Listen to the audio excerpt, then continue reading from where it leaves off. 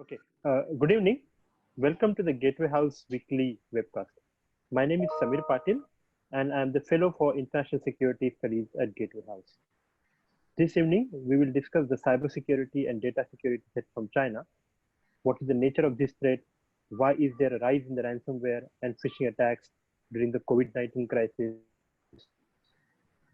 As well as what are the ways, what are the new trends in this scenario?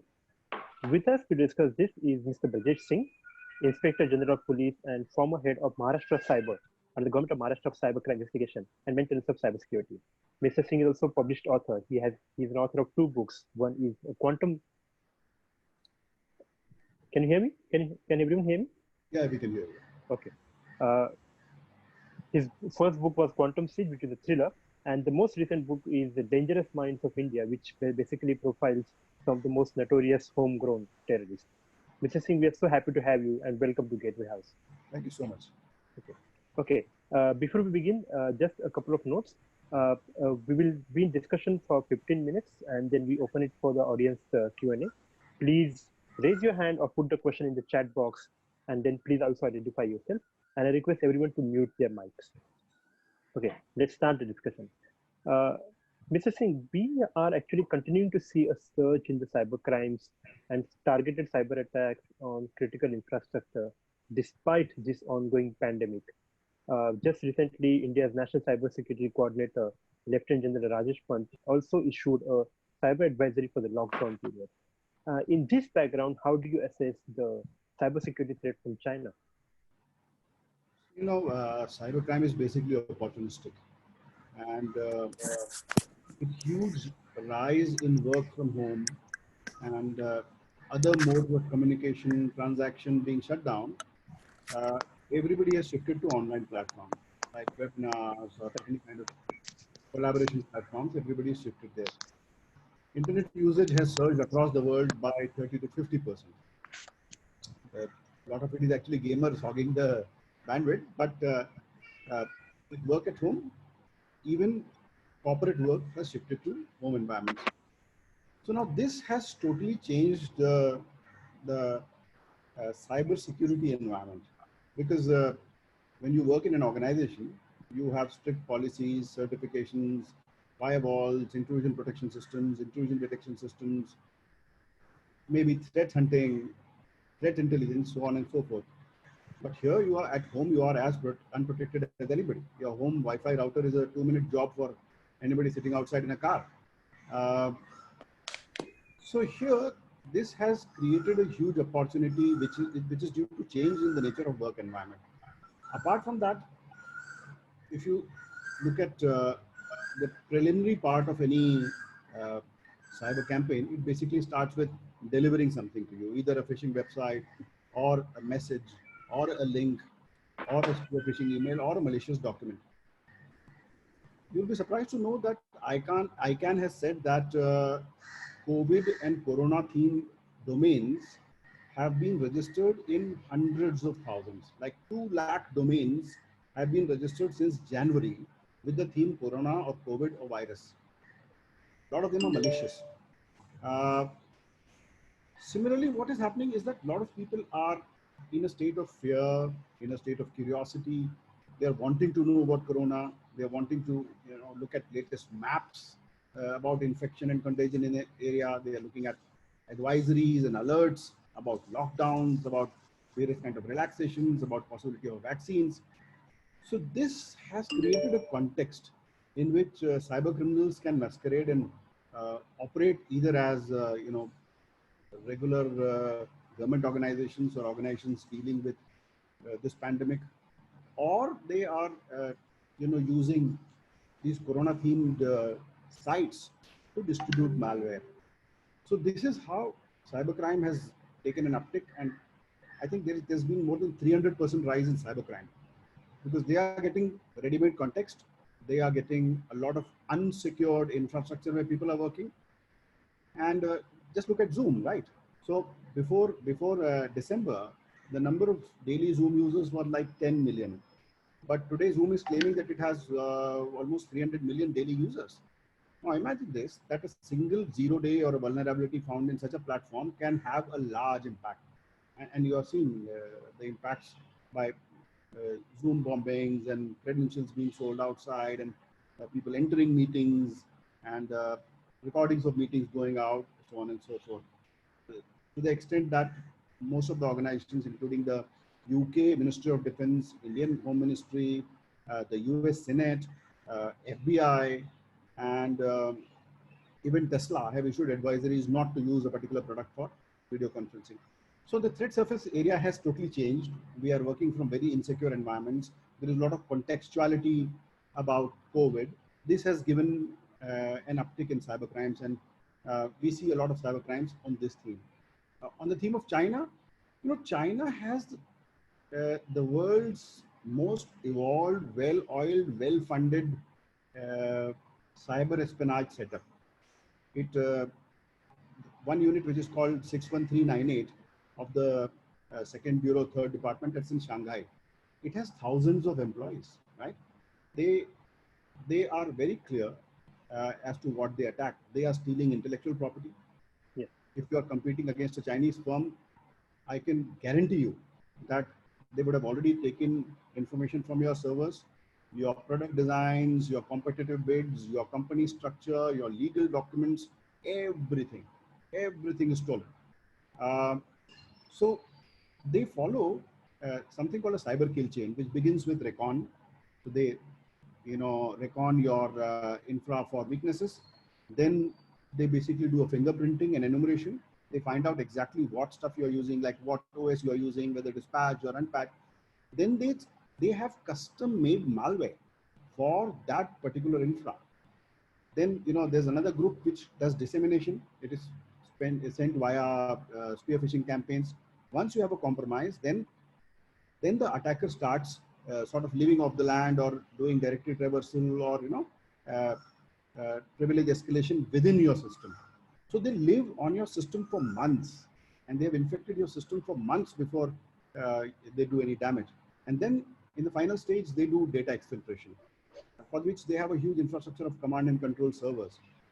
One recent study which found a lot of CNC servers, they found that even in this, they have hops. So it's a huge, very well-oiled machinery, which is very well funded. You'll be surprised to know that in Chinese university, they are teaching local languages of India also, or of any other country, because they want to understand what is happening even in the local context. In one particular operation, they had gotten into Dalai Lama's computers, and they knew exactly every email, everything sent by Dalai Lama from his headquarters was known to the Chinese. So they are very evolved, very well developed, very motivated. They have custom malware. They have a huge talent pool, which also plugs in very well with human intelligence and open source intelligence. Samir. Okay. And the other dimension of the China threat is obviously, given the huge propaganda machinery, is the disinformation campaigns, and which is now combining with the fake news challenge. So how would you look at that particular dimension? I think the disinformation that is coming to us is more from Pakistan and from some other Western powers than China. China has some role in disinformation, but I think they are more concentrated on their own internal territory, because they have this one China policy and they have Hong Kong and Taiwan to look after. So if you look at China's spending, then their defense budget is less than their internal security budget. Yes. They are more afraid of their own Fissiparis tendencies than others. So thankfully, till now, we do not see much of misinformation. But they are giving excellent support to both North Korea. Like when internet to North Korea was cut, then China and Russia gave internet pipes to, they gave dark fibers to North Korea. And North Koreans are aligning with Chinese, plus North Koreans are somebody who have no holds barred, right? So they are even operating financial cybercrime groups like Lazarus. Yes, correct. Though Lazarus is an amorphous entity and attribution is very difficult in cyberspace, but there are very clear signs that Lazarus is being operated with North Korean interests. And North Korea by itself is not so proficient I think somewhere we find a China connection in the kinds of tool techniques and procedures they are using. So China is collaborating a lot, especially regarding the Belt and Road Initiative. It is taking a lot of interest, but their interests till now has been of silent listening. They are sitting on a lot of infrastructure, be it corporate, be it be it defense, be it intelligence, be it law enforcement. They are sitting, stealing data, and they have a lot of uh, specific groups which are called APTs, Advanced Persistent Threats, persistent threats, which are very evolved groups, and they stay a long time. They are not script kiddies who are going to put ransomware on your computer. They're going to silently listen, take data, exfiltrate, and use it to their own advantage. You'll be surprised to know that in the US, they have picked up latest designs from pharmaceuticals, from universities. They've stolen research. They have even stolen designs of weaponry in development. Defense companies, correct. Yeah, so this they use hugely for their own R&D, and they also use it as an instrument of national power. And also, when you're bidding against a Chinese company, they know much more about you because most of their companies have state alignment. Like you would have seen fears about Huawei and ZTE. So Huawei is actually by a retired colonel of PLA. And if you closely go into documentation, you'd find that there's a lot of state control there and a greater alignment with Chinese state institutions, how so far removed it seems. So these are serious questions, and we have to understand when we are dealing with them. Samir? Right. So before I open up the discussion for the Q&A from the audience, I think my final question would be, we have seen the steps taken by the government to tackle the cybersecurity challenges, but you being the former head of Maharashtra Cyber, what do you think is the role for the Indian businesses in tackling the cybersecurity challenges?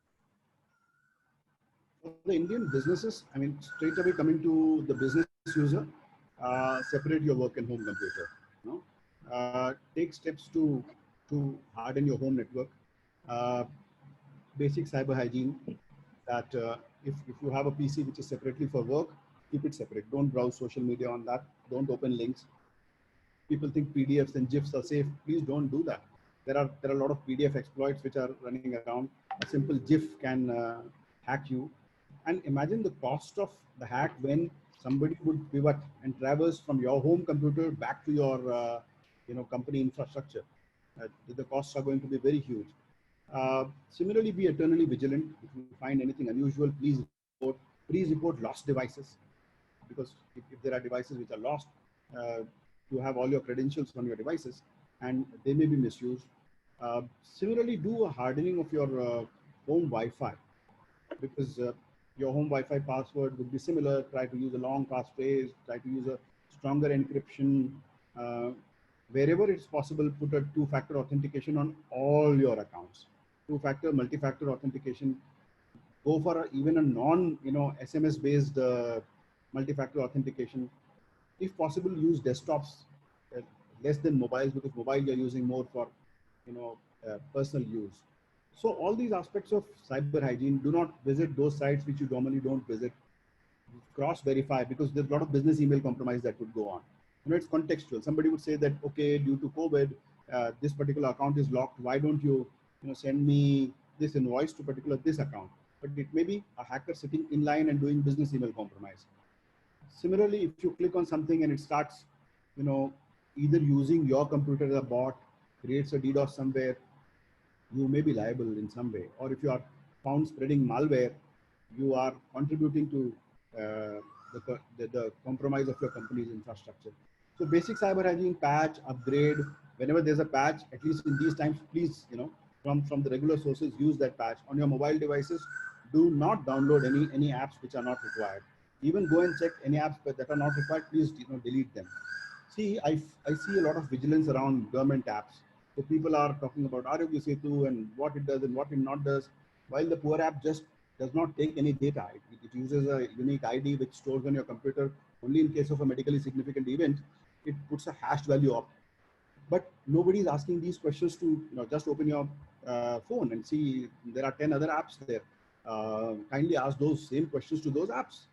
We have never asked them. It's very surprising that while there are technologies like, pixel and conversion tracking, which even know where your mouse is hovering, right? Which site you are visiting, how long did you hover on something? All this is known. While we ask a lot of questions to our own government apps, we should be asking these questions to the other apps. So I feel that while vigilance is necessary, we should also understand that there are certain technologies which are for public good. We should adapt them and we should use them for greater public good.